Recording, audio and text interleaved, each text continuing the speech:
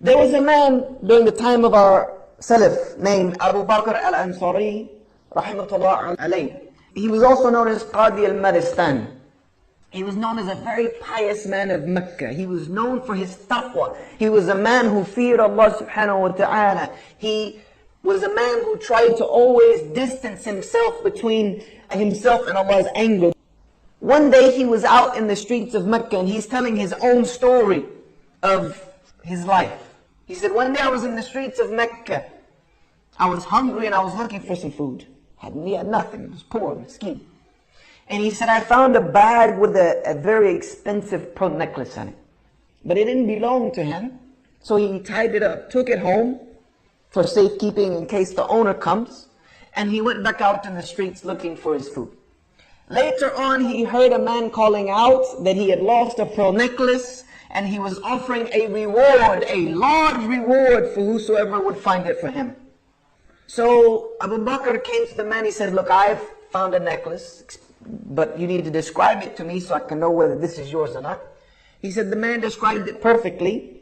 So he went and got it and gave it to him. And the man was trying to pay him the reward. But Abu Bakr was refusing. Because he's saying to the man, I did not do anything for this. I didn't earn it. I'm giving you back what belongs to you. Therefore, I do not feel right taking sustenance because of it. And you know how we are as Muslims, we argue back and forth. No, take it. No, I'm not taking it. Not taking it. Take it. No.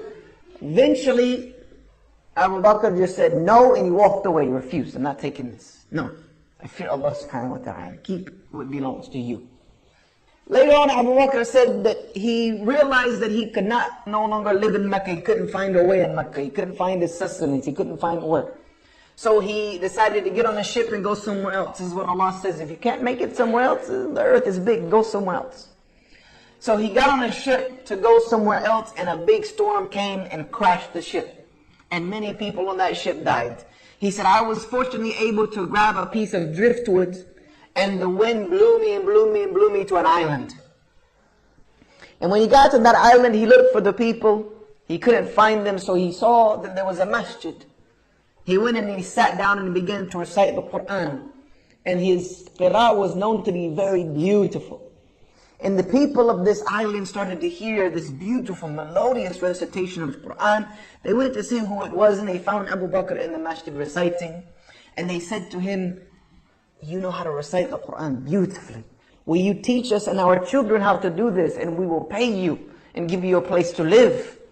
He agreed, and they started to pay him. He had a home, and he did this for a while. And then one day, he was sitting in the masjid reading some of the pages of the Quran that they had laying around in the masjid. And they asked him, you know how to read and write? He said, yes, I know how to read and write. None of them knew how to read and write. They said, teach us and our children how to read and write, and we will increase your salary and pay you even more. So they began to increase his salary, pay him even more, and he stayed with them for a while. Then came a time where he decided, I've been here long enough, I want to move on to the next position in life, move on somewhere else. And they realized that he was going to leave. And they didn't want him to leave. So they said, we have to keep him here. So they devised a very good plan to keep him here. They said, look, let's just get him married. We get him married, he's going nowhere. So there was a girl who was known to be one of the most beautiful, pious, from the most pious family, girls that had just been orphaned. She had recently been orphaned. She had no wali. So they tried to get him married to her. He refused, and again the haggle went back and forth. Yes, no, yes, no, yes. And finally he gave in. He said, okay, I'll marry the girl. The nikah was arranged. The girl was brought in.